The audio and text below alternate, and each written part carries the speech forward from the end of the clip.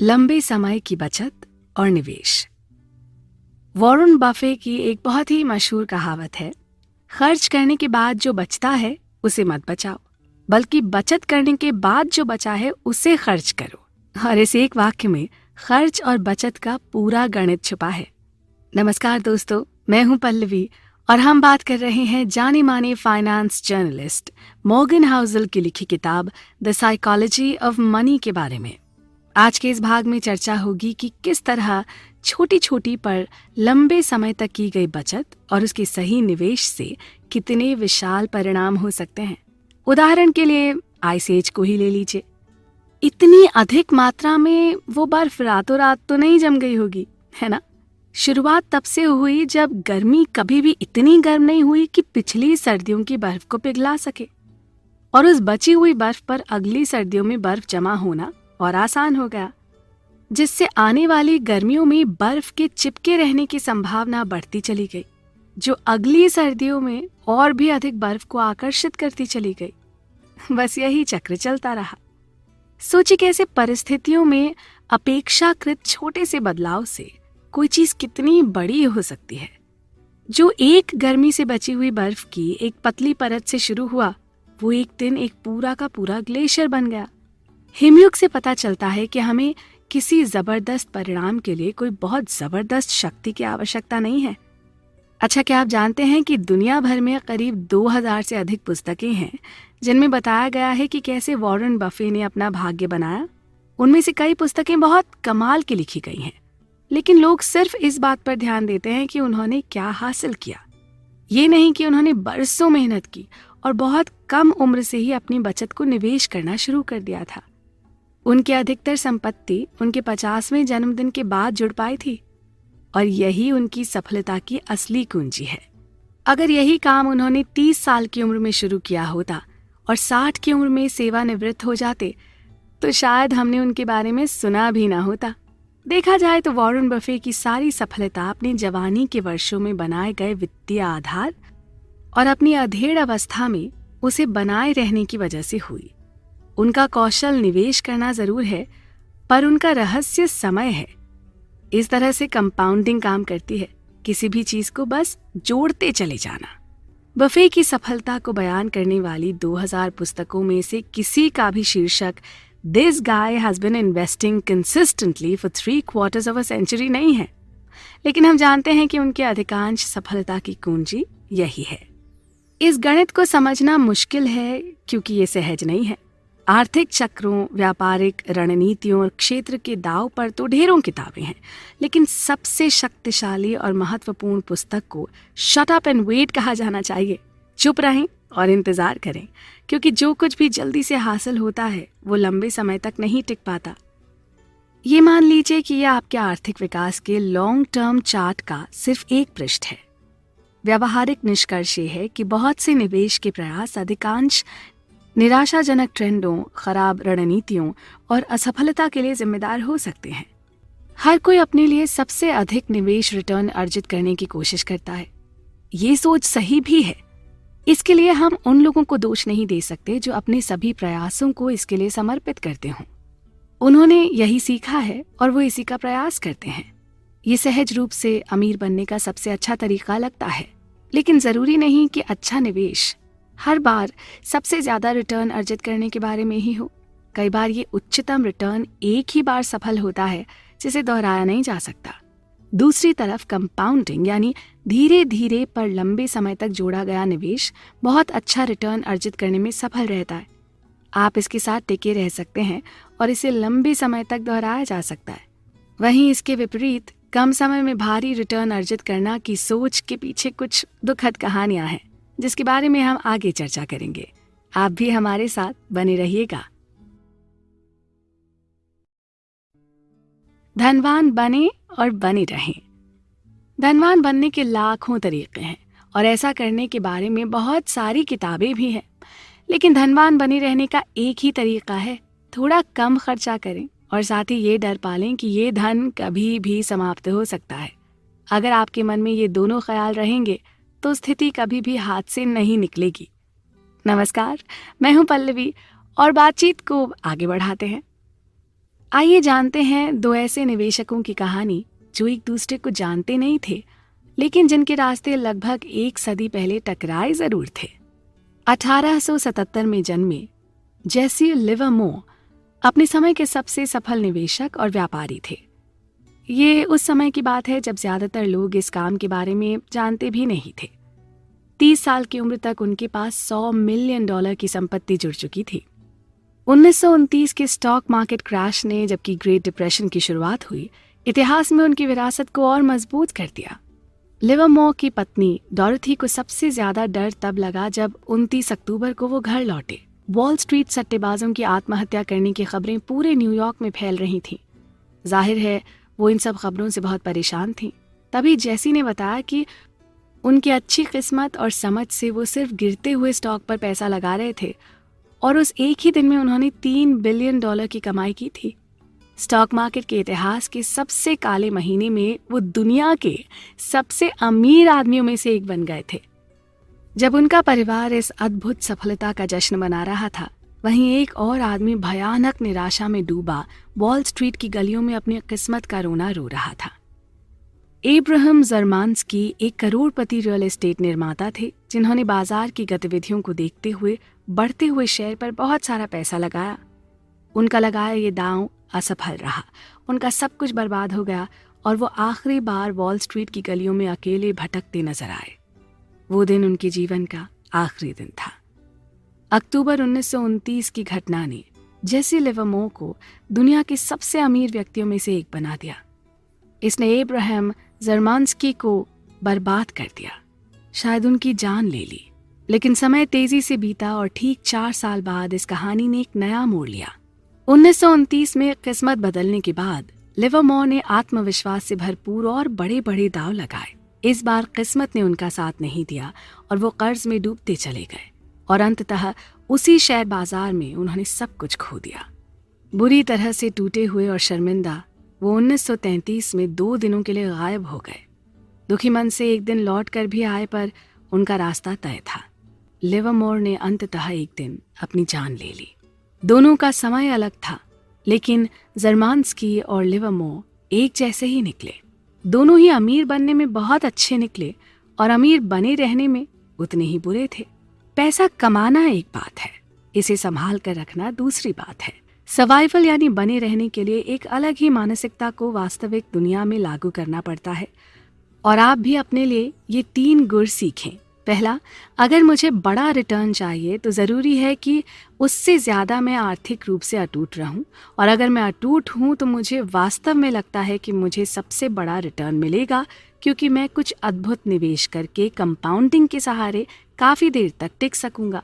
दूसरा, योजना बनाना महत्वपूर्ण है, लेकिन हर योजना का सबसे महत्वपूर्ण हिस्सा योजना के अनुसार योजना न बनाना है, क्योंकि कई बार हमें कुछ और चाहिए होता है पर हमारे भाग्य में कुछ और ही लिखा होता है। और तीसरा, एक ऐसा व्यक्तित्व जो आपको भविष्य के बारे में आशावादी तो रखे, साथ ही पागलपन की हद तक आपको हर हाल में उस ऊंचाई तक पहुंचाए। तो ये मान लिया जाए कि एक मानसिकता जो एक ही समय में पागल और आशावादी हो सकती है, उसे बनाए रखना बहुत मुश्किल है। किसी भी चीज़ को काले या सफ़ेद के रूप में देखने में बारीकियों को स्वीकार करने की तुलना में कम प्रयास लगता है। जी हाँ, काफ़ी गंभीर रहा ये सार, पर चर्चा अभी बाकी है। आप बने रहिएगा हमारे साथ।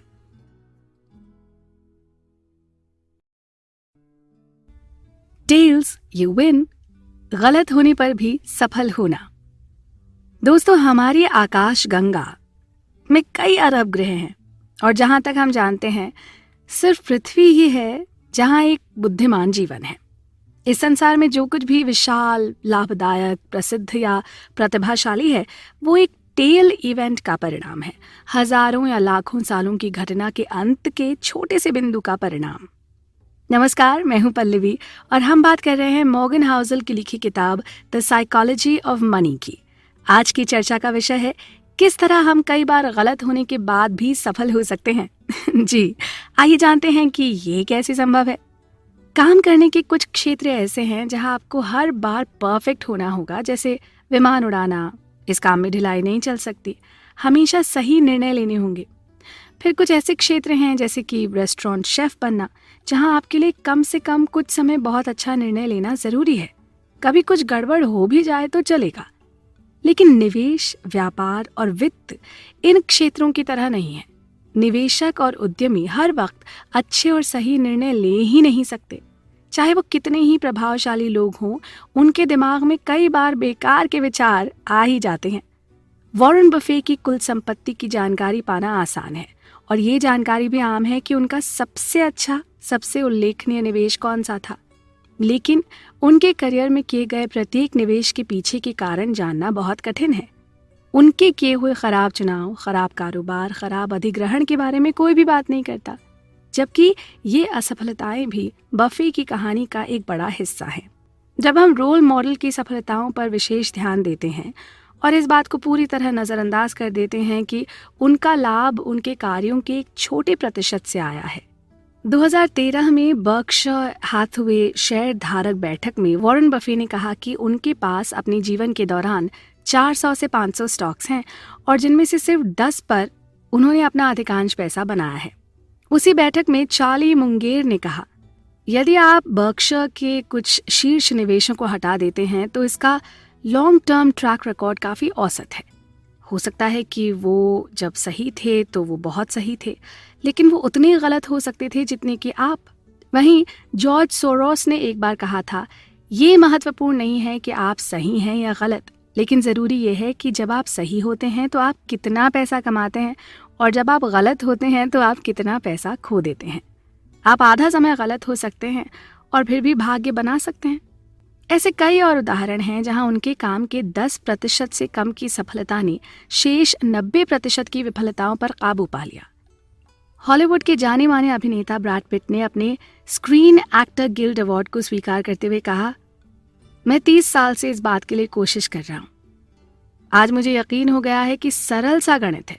कुछ परियोजनाएं काम करती हैं और कुछ नहीं करती हैं। किसी एक पर विश्वास करने का कोई कारण नहीं है, ना ही किसी को बुरा समझने का। अगर एक प्रोजेक्ट काम ना करे तो बस अगले पर बढ़ जाओ। जब हम ये मान लेते हैं कि टेल एंड यानी अंतिम छोर से ही व्यापार, निवेश और वित्त में सब कुछ चलता है, तो आप महसूस करते हैं कि बहुत सी चीज़ों का गलत होना, टूटना, असफल होना और गिरना बहुत सामान्य है। यदि आप एक अच्छे स्टॉक पिकर हैं तो आप शायद आधा समय सही होंगे। यदि आप एक अच्छे बिजनेस लीडर हैं तो शायद आपके आधे उत्पाद और रणनीति के विचार ही काम करेंगे। यदि आप एक अच्छे निवेशक हैं तो अधिकांश वर्ष ठीक रहेंगे, लेकिन बहुत कुछ खराब होगा। यदि आप एक अच्छे कर्मचारी हैं तो आपको कई प्रयासों के बाद सही क्षेत्र में नौकरी मिल जाएगी। पीटर लिंच का कहना है कि यदि आप इस व्यवसाय में बहुत अच्छे हैं तो आप 10 में से 6 बार सही हैं।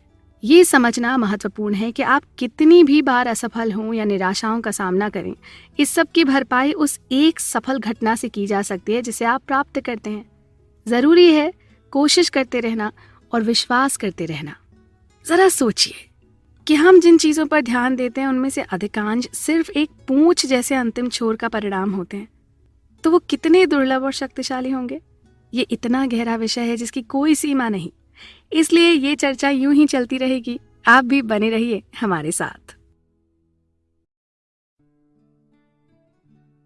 समय पर नियंत्रण। धन का सबसे अच्छा स्वरूप हर सुबह उठकर ये कहने में है, मैं आज जो चाहूं वो कर सकता हूं। कुछ भी कर सकने की आज़ादी सुनने में कितना अच्छा लगता है ना? हेलो दोस्तों, मैं हूं पल्लवी और बात हो रही है एक बेहद खास किताब द साइकोलॉजी ऑफ मनी के बेहद खास मुकाम की। अपनी सफलता और समय पर अपना नियंत्रण। लोग खुद को खुश करने के लिए अमीर बनना चाहते हैं। खुशी एक जटिल विषय है क्योंकि हम सब अलग हैं और सबकी खुशियां भी अलग हैं, लेकिन सभी को खुश होने के लिए जो एक कॉमन चीज़ चाहिए वो यह है कि लोग अपने जीवन को काबू में करना चाहते हैं। जो आप चाहते हैं, जब आप चाहते हैं, जिसके साथ आप चाहते हैं, जब तक आप चाहते हैं, करने की क्षमता अमूल्य है। यही आपकी कमाई का सबसे बड़ा डिविडेंड है। यहाँ लेखक अपने जीवन से एक शानदार उदाहरण देते हैं। वो एक निवेश बैंकर बनना चाहते थे, लेकिन इसलिए क्योंकि वो जानते थे कि इसमें अच्छा पैसा है। उन्होंने लॉस एंजलिस में एक निवेश बैंक में 4 महीने की इंटर्नशिप करके अपने सपने को पूरा करने की कोशिश की, लेकिन 1 महीने के बाद ही उन्होंने नौकरी छोड़ दी। उन्हें काम के वो असहनीय घंटों की संख्या मंजूर नहीं थी। उनका अपने समय पर कोई नियंत्रण नहीं था और अनावश्यक रूप से लंबे समय तक काम करने के लिए कहा जाना पसंद नहीं था। सरल भाषा में कहें तो वो खुश नहीं थे। मिशिगन विश्वविद्यालय के एक मनोवैज्ञानिक एंगस कैम्पबेल कहते हैं, आपके जीवन पे खुद का नियंत्रण किसी भी चीज से बेहतर है, चाहे वो आपका भारी भरकम वेतन हो या आपके घर का आकार या आपकी नौकरी की प्रतिष्ठा। आप जो चाहते हैं जब चाहते हैं उस पर नियंत्रण होने से ही लोगों को बहुत खुशी मिलती है। यहाँ संदेश यह है कि आप अपने पैसे कमाने के लिए क्या करते हैं वो ज्यादा महत्वपूर्ण है, न कि ये कि आप कितना पैसा कमाते हैं। पुराने समय में किसान या मजदूर की नौकरी में शारीरिक श्रम, सीमित घंटे और कम वेतन हुआ करता था, पर आज हमारे पास जिस तरह की पेशेवर नौकरियां हैं उनमें आपको प्रबंधकों की तरह अपने हाथों से अधिक अपने दिमाग का इस्तेमाल करने की जरूरत है। यदि आपका काम कारों का निर्माण करना है तो जब आप असेंबली लाइन पर नहीं होते हैं ना, तो आप कुछ नहीं कर पाते, क्योंकि आप काम से दूर होते हैं और आपके उपकरण वहीं कारखाने में रखे रह जाते हैं।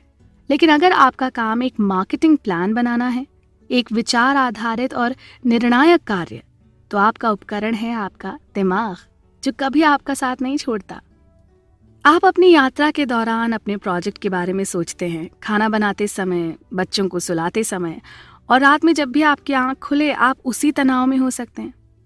देखा जाए तो साल 1950 की तुलना में आपका काम शायद कम घंटों का हो, लेकिन ऐसा लगता है कि आप 24 घंटे 7 दिन काम कर रहे हैं। तभी कहते हैं कि अपने समय को नियंत्रित कर पाना ही अपने धन का सबसे बड़ा लाभांश है। एक और उदाहरण से समझने की कोशिश करते हैं। इसे मैन इन द कार विरोधाभास कहा जाता है। जब आप किसी को अच्छी कार चलाते हुए देखते हैं तो आप शायद ये नहीं सोचते, वाह उस कार को चलाने वाला आदमी अच्छा है, बल्कि आप सोचते हैं, वाह अगर मेरे पास वो कार होती तो लोग सोचते कि मैं अच्छा हूं। यहाँ एक विरोधाभास है। लोग चाहते हैं कि उनका धन दूसरों को ये संकेत दे कि उन्हें पसंद किया जाना चाहिए, लेकिन वास्तव में वही लोग अक्सर आपकी प्रशंसा करने से कतराते हैं।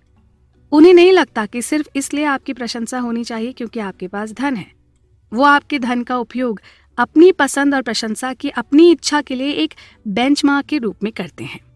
पैसा निश्चित रूप से आपको शक्ति और महत्व का पद दे सकता है, लेकिन यह आपको सम्मान नहीं दिला सकता। सम्मान शक्ति और पद के लिए आ सकता है, लेकिन व्यक्ति के लिए नहीं।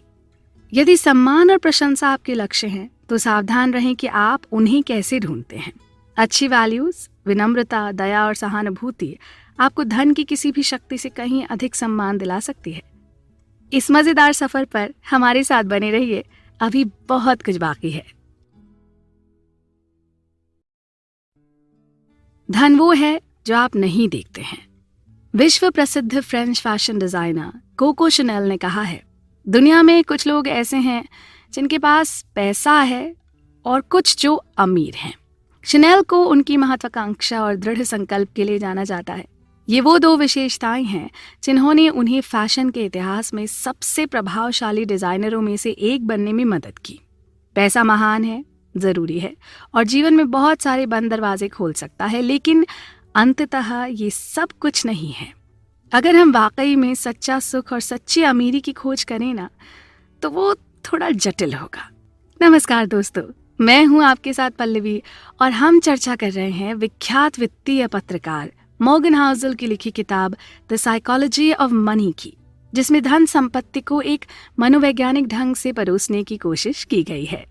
जब पैसे की बात आती है तो बहुत सारी विडंबनाएं होती हैं। यहाँ एक बात याद रखने लायक है, धन वो है जो आप नहीं देखते हैं। कोई व्यक्ति जिसके पास एक बहुत महंगा वाहन है उसे धनी माना जा सकता है, हालांकि आपके पास उनकी संपत्ति के बारे में एकमात्र जानकारी ये है कि उनके पास उस महंगी कार खरीदने से पहले की तुलना में अब कुछ पैसे कम हैं। अमीर और वाकई अमीर के बीच के अंतर को ध्यान से परिभाषित किया जाना चाहिए। अगर इन दोनों के बीच अंतर न कर पाएं तो अक्सर हम खराब वित्तीय निर्णय ले सकते हैं।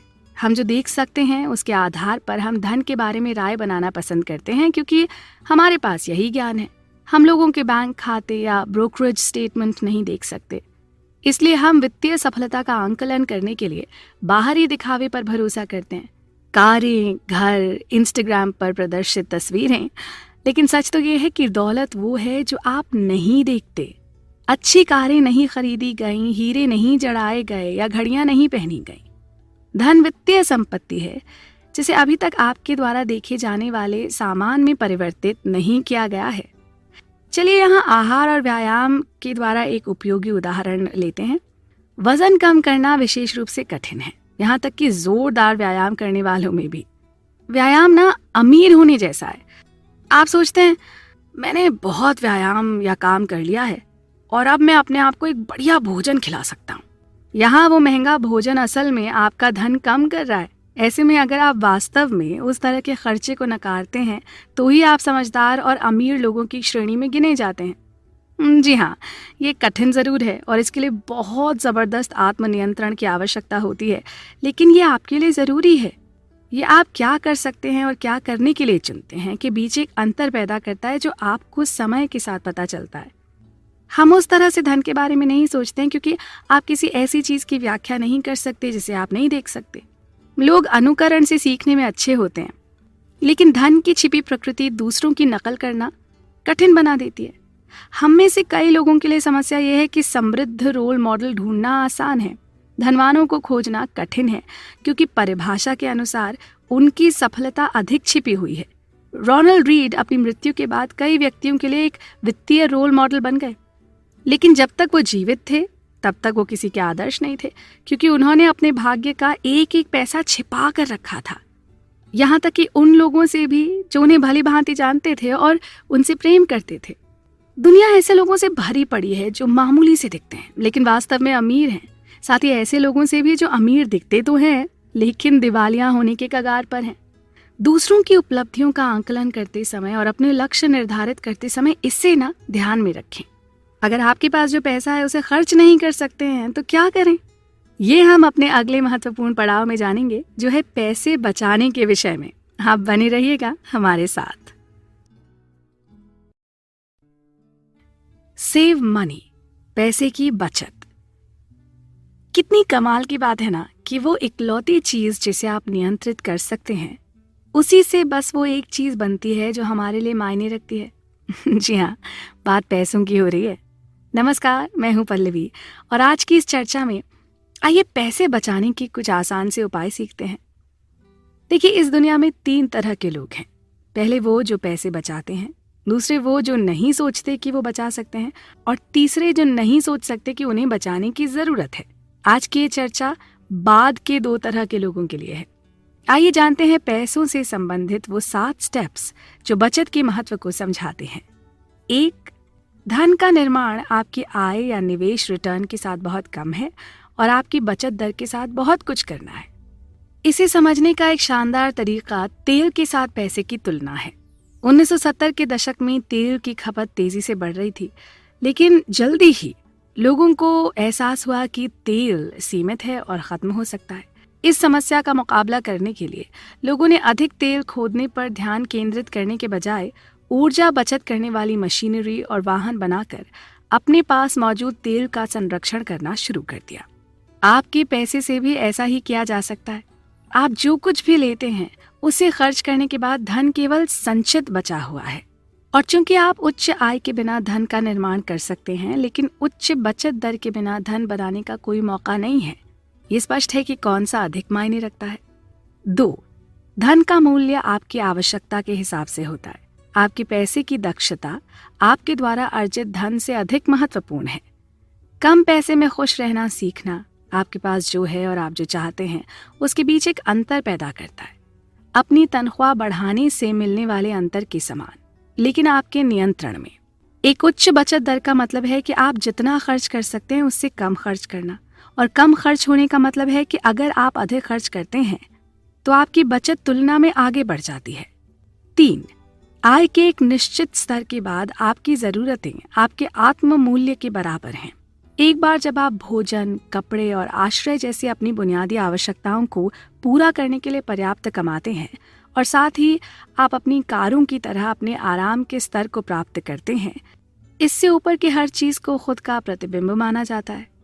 आपका पैसा कम होना शुरू हो जाएगा यदि आप इसे दूसरे लोगों को दिखाने के लिए खर्च करते हैं कि आपके पास पैसा है।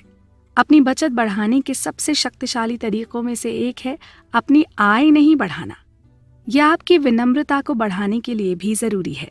4. लोगों की बचत करने की क्षमता उनके नियंत्रण में। कम खर्च करके बचत की जा सकती है। यदि आप कम चाहते हैं तो आप कम खर्च करते हैं, और आप कम इच्छा करेंगे यदि आप इस बात की कम परवाह करते हैं कि दूसरे आपके बारे में क्या सोचेंगे। इस पुस्तक से आप जो सबसे अच्छी सीख ले सकते हैं वो ये है कि पैसा वित्त की तुलना में मनोविज्ञान पर अधिक निर्भर करता है। 5. आपको बचत करने के लिए किसी कारण की आवश्यकता नहीं है। कुछ लोग घर या नई कार या सेवानिवृत्ति के लिए डाउन पेमेंट के लिए पैसे बचाते हैं, जबकि ऐसा करना एक अच्छी बात है। बचत के लिए कुछ खरीदने के स्पष्ट लक्ष्य की आवश्यकता नहीं होनी चाहिए। आप सिर्फ बचत के लिए बचत कर सकते हैं। केवल एक विशिष्ट लक्ष्य की बचत करना एक अनुमानित दुनिया में समझ में आता है, लेकिन हमारे लिए नहीं। खर्च करने के उद्देश्य के बिना बचत आपको विकल्प और लचीलापन प्रदान करती है, जिससे आप प्रतीक्षा कर सकते हैं या उछाल सकते हैं। यह आपको सोचने की अनुमति देता है, साथ ही अपनी शर्तों पर अपनी दिशा बदलने की अनुमति भी। 6. अपने समय पर लचीलापन और नियंत्रण धन पर एक अनदेखी वापसी है।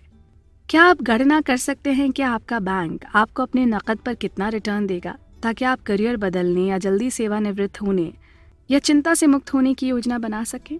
ये तय करना मुश्किल है। जब आपका अपने समय पर नियंत्रण नहीं होता है तो आप अपनी किस्मत को स्वीकार करने के लिए मजबूर होते हैं, चाहे वो अच्छा हो या बुरा। लेकिन अगर आपकी बचत आपको सही अवसर की प्रतीक्षा करने देती है तो ये आपकी बचत पर एक छिपा हुआ प्रतिफल है। 7. छिपे हुए रिटर्न्स और उनका महत्व।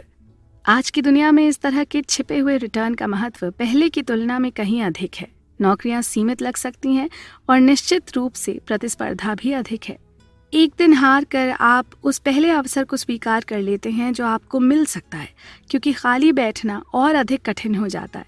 और चूंकि अपने समय और विकल्पों पर अधिक नियंत्रण रखना दुनिया की सबसे मूल्यवान मुद्राओं में से एक बन रहा है, इसलिए लोग ऐसा कर सकते हैं और लोगों को ऐसा करके पैसा बचाना चाहिए।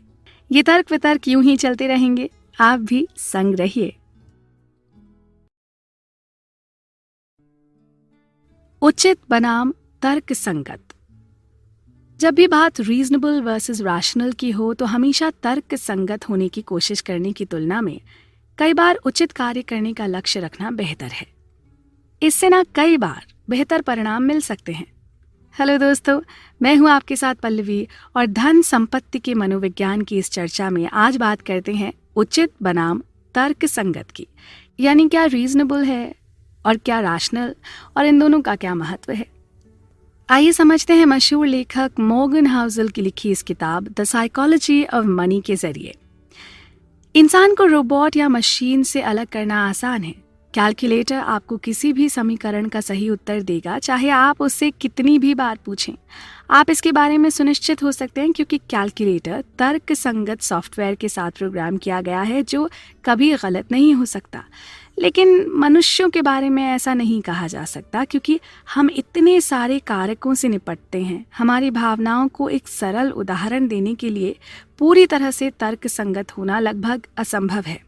हम एक तर्क संगत दुनिया में नहीं रहते हैं, इसलिए हम जो सबसे अच्छा बनने की कोशिश कर सकते हैं वो उचित है।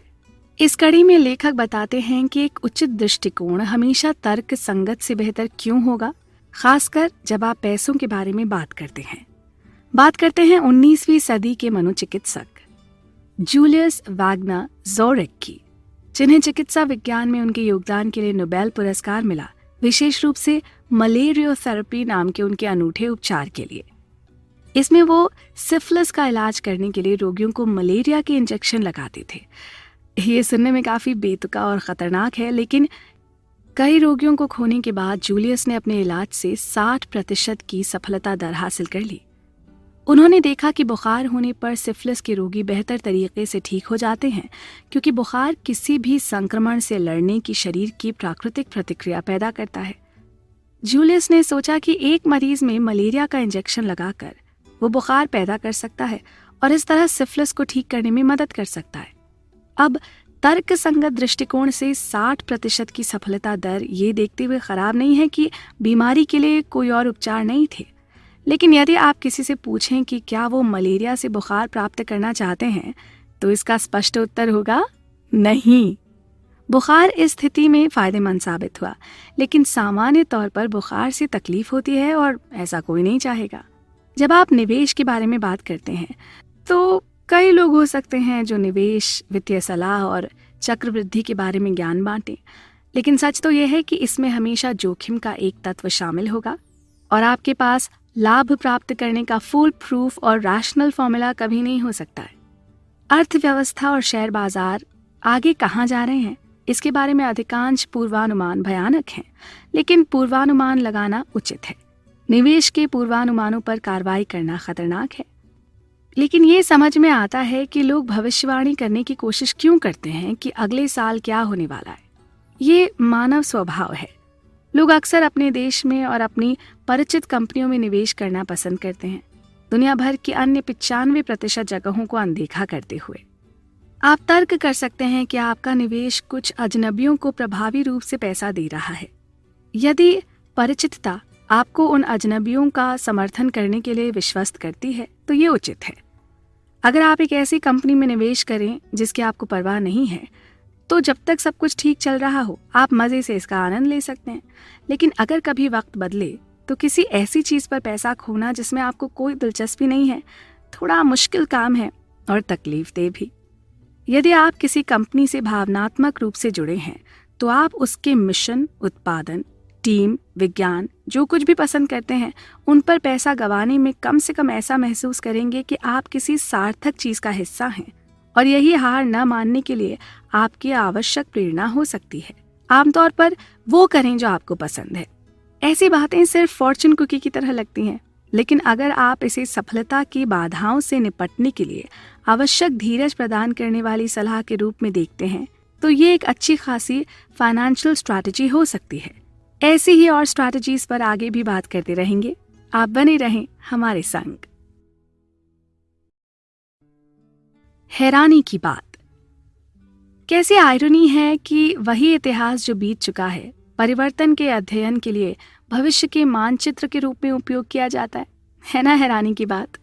नमस्कार दोस्तों, मैं हूं पल्लवी और बात हो रही है धन संपत्ति के मनोविज्ञान की।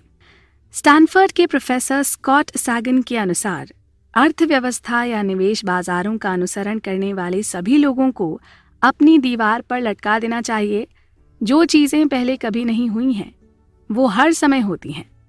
इतिहास वैसे तो आश्चर्यजनक घटनाओं का अध्ययन है, लेकिन ये अक्सर निवेशकों और अर्थशास्त्रियों द्वारा भविष्य के लिए एक मार्गदर्शक के रूप में उपयोग किया जाता है। इसे आप विडंबना मानते हैं या समस्या? इतिहास हमें हमारी अपेक्षाओं को जांचने में मदद करता है, लेकिन ये किसी भी तरह से भविष्य का नक्शा नहीं है। कई बार निवेशक एक जाल में फंस जाते हैं जिसे इतिहासकारों की भविष्यवाणी कह सकते हैं, पर इसके लिए आप निवेशकों को दोष नहीं दे सकते। यदि आप निवेश को एक कठिन विज्ञान के रूप में देखते हैं तो इतिहास भविष्य के लिए एक आदर्श मार्गदर्शक होना ही चाहिए। खैर, उनमें से कई निवेशकों की भावनाएं होती हैं, इसलिए ये अनुमान लगाना कठिन है कि वो आगे क्या करेंगे। अर्थशास्त्र की आधारशिला ये है कि चीजें समय के साथ बदलती हैं। आगे क्या होने वाला है इसके लिए एक मार्गदर्शक के रूप में इतिहास का उपयोग आम बात है। ऐतिहासिक डेटा में सबसे महत्वपूर्ण घटनाएं रिकॉर्ड तोड़ने वाली घटनाएं हैं, और वो ही हैं जो अर्थव्यवस्था और शेयर बाजार चलाती हैं, जैसे व्यापक मंदी, द्वितीय विश्व युद्ध, .com बबल या फिर 11 सितंबर वगैरह। ये मुट्ठी भर बाहरी घटनाएं बहुत ही बड़ी भूमिका निभाती हैं क्योंकि वो अपने साथ और भी कई असंबंधित घटनाओं को प्रभावित करती हैं। वैश्विक अर्थव्यवस्था में किसी भी समय जो हो रहा है उसका अधिकांश हिस्सा पिछली कुछ घटनाओं से जुड़ा हो सकता है जिनकी भविष्यवाणी करना लगभग असंभव था। ऐसा नहीं है कि हमें अतीत के आश्चर्यों का उपयोग भविष्य की सीमाओं के लिए एक मार्गदर्शक के रूप में करना चाहिए, बल्कि हमें पिछले आश्चर्यों का उपयोग एक प्रवेश के रूप में करना चाहिए कि हमें नहीं पता कि आगे क्या हो सकता है। इतिहास अर्थव्यवस्था और शेयर बाजार के भविष्य के लिए एक भ्रामक मार्गदर्शक हो सकता है क्योंकि ये उन संरचनात्मक परिवर्तनों के लिए जिम्मेदार नहीं है जो आज की दुनिया के लिए प्रासंगिक हैं। आइए जानते हैं कि क्या बदला था। जैसे जैसे अवसर बढ़े, प्रतिस्पर्धा बढ़ी।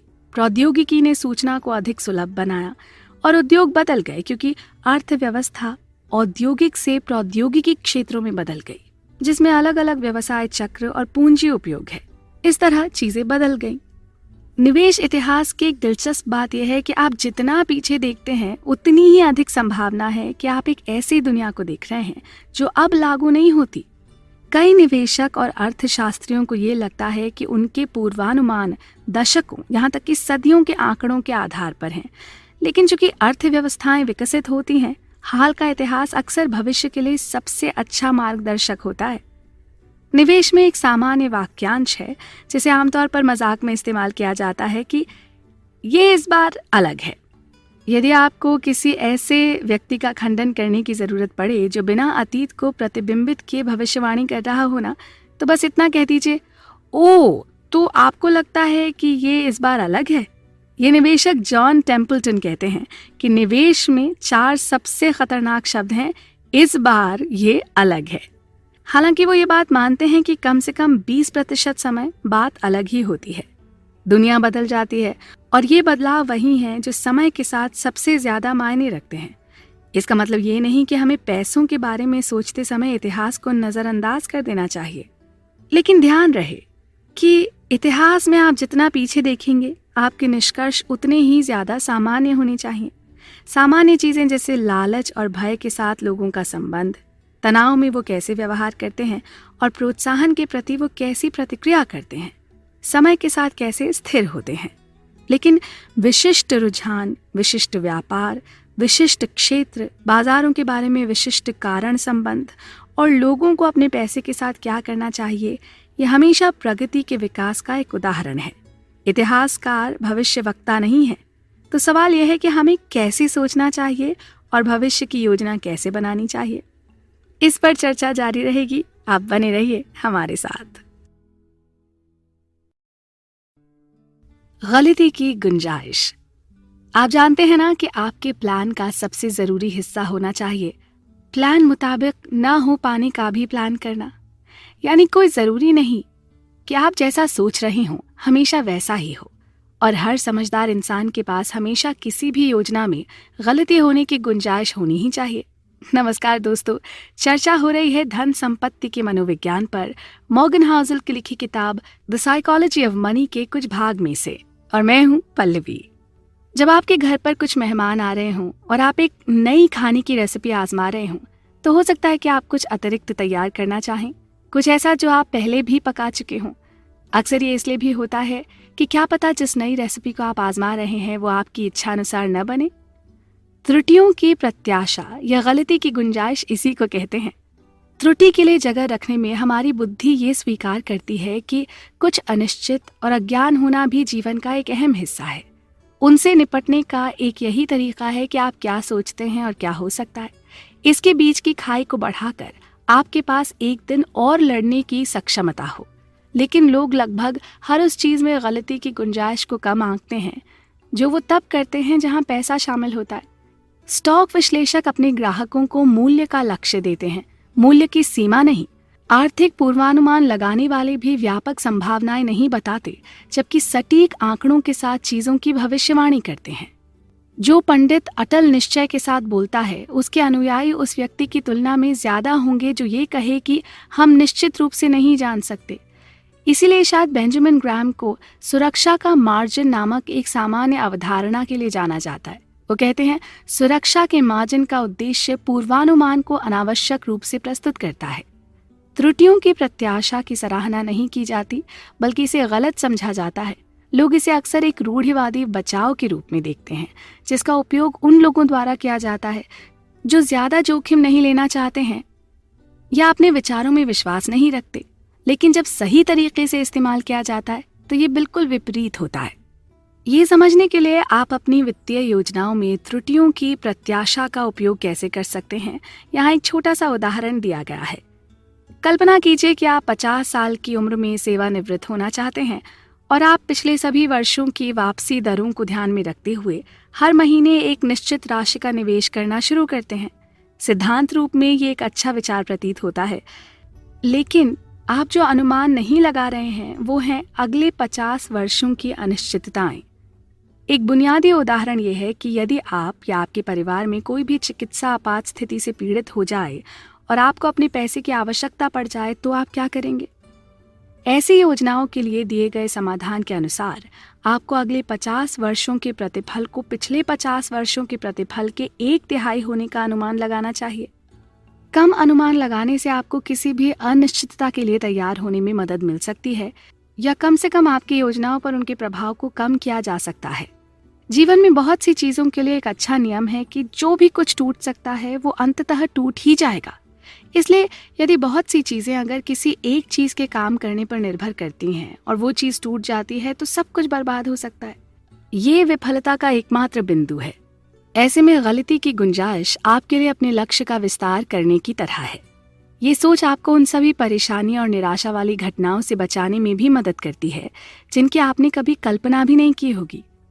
अनुमान लगाइएगा कि आप अपनी बचत का उपयोग कैसे करेंगे। ऐसा मानना होगा जैसे आपको पता है कि आपके भविष्य में क्या होने वाला है और आपके आने वाले दिनों में क्या खर्चे होंगे, और हम सभी जानते हैं कि ऐसा नहीं होता। कुछ वित्तीय योजनाएं जो केवल जाने माने जोखिमों के लिए तैयार होती हैं, उनमें इतना मार्जिन हमेशा होता है कि वास्तविक दुनिया में सर्वाइव कर सकें, क्योंकि हर योजना का सबसे महत्वपूर्ण हिस्सा है आपकी योजना के अनुसार न होने की योजना बनाना।